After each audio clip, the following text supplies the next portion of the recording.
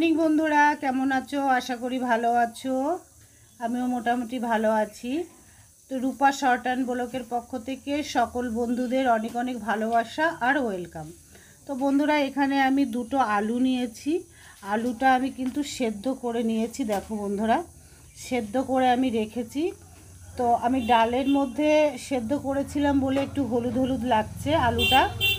তো বন্ধুরা, আমি আলুটা কি করে আমি আলুর ভর্তা বানাবো, তো তোমরা দেখতে থাকো আমি কি করে আলুর ভর্তাটা বানাই। ভর্তায় দেওয়ার জন্য এখানে 4 কোয়া রসুন আছে, লঙ্কা আছে, ধনেপাতা আছে, পেঁয়াজ আছে। তো বন্ধুরা, শেষ পর্যন্ত দেখতে থাকো, আশা করি ভালো লাগবে।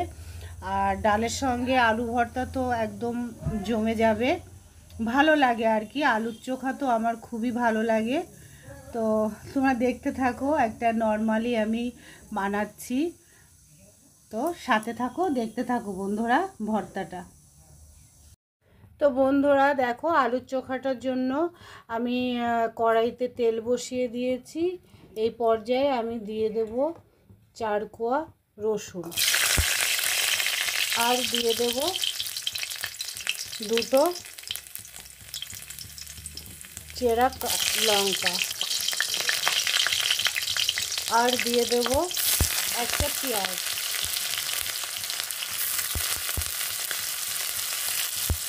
তো বন্ধুরা, এটা একটু ভাজা ভাজা করে নেব, তারপরে আর কি উপকরণ দিচ্ছি, তোমরা সঙ্গে থাকো, দেখতে থাকো। তো দেখো বন্ধুরা, সামান্য একটু ভাজার পরে আমি দিয়ে দেব পরিমাণ মতন একটু লবণ, যাতে আর দেয়া না লাগে সেজন্য আমি একটু বেশি করেই লবণ দিয়ে দিলাম। দেখতেই পারলে বন্ধুরা। তো এটা কিন্তু আমি সুন্দর করে একটু লাল লাল করে ভেজে নেব। দেখতেই পারছো।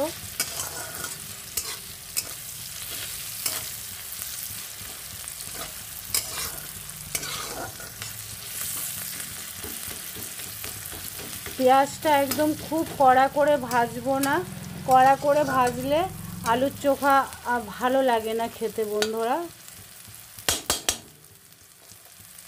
তো এই পর্যায়ে বন্ধুরা দিয়ে দেব আমি কিছুটা ধনেপাতা।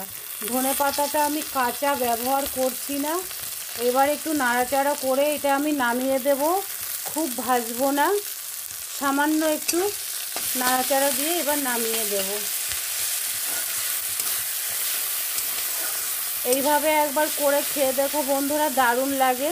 পেঁয়াজটা অতিরিক্ত ভাজলে আলুর চোখাটা আমার কাছে ভালো লাগে না। আর আমি 4 কোয়া রসুনও দিয়ে দিয়েছি।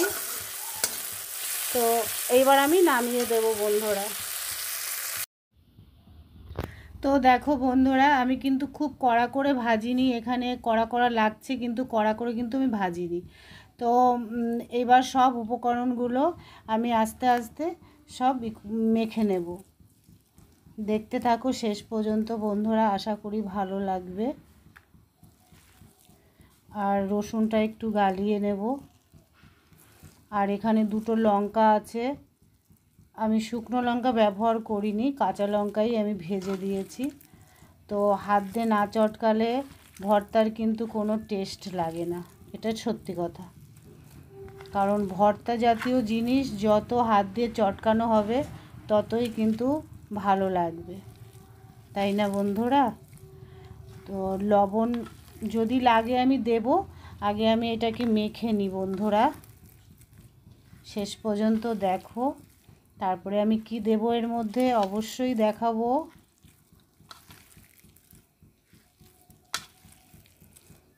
তো বন্ধুরা দেখো, এটা আরও একটু চটকাতে হবে। তো এই পর্যায়ে আমি দিয়ে দেব এই যে আরেকটু কাঁচা সর্ষের তেল। দেখতেই পারলে আমি 1 চামচ মতো কাঁচা সর্ষের তেল দিলাম। এটা দিয়েও আমি খুব সুন্দর করে এটা চটকিয়ে নেব।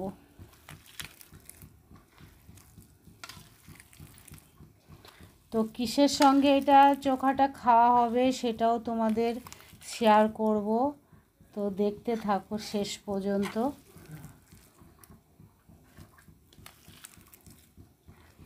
তো একটু টেস্ট করে দেখতে হবে বন্ধুরা লবণ হয়েছে কি না, তারপরে আবার আসছি।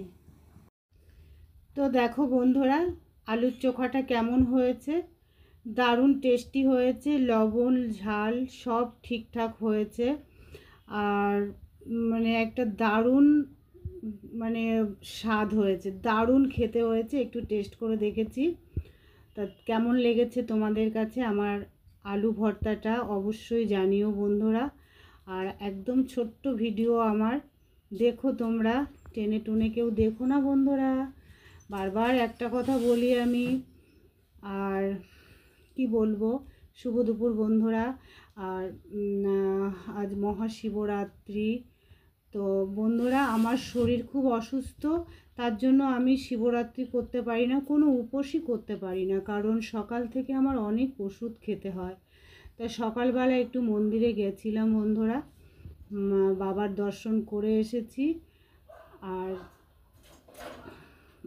সেই জন্য আমি আজকে এটা চোখাটা আমি এইভাবে বানালাম। তো আজকে তো নিরামিষই খেতে হয়, তো নিরামিষই করেছি, শুধু চোখার মধ্যে একটু পেঁয়াজ দিয়েছি আজকে আমি, মানে ভালো লাগে না চোখাটা।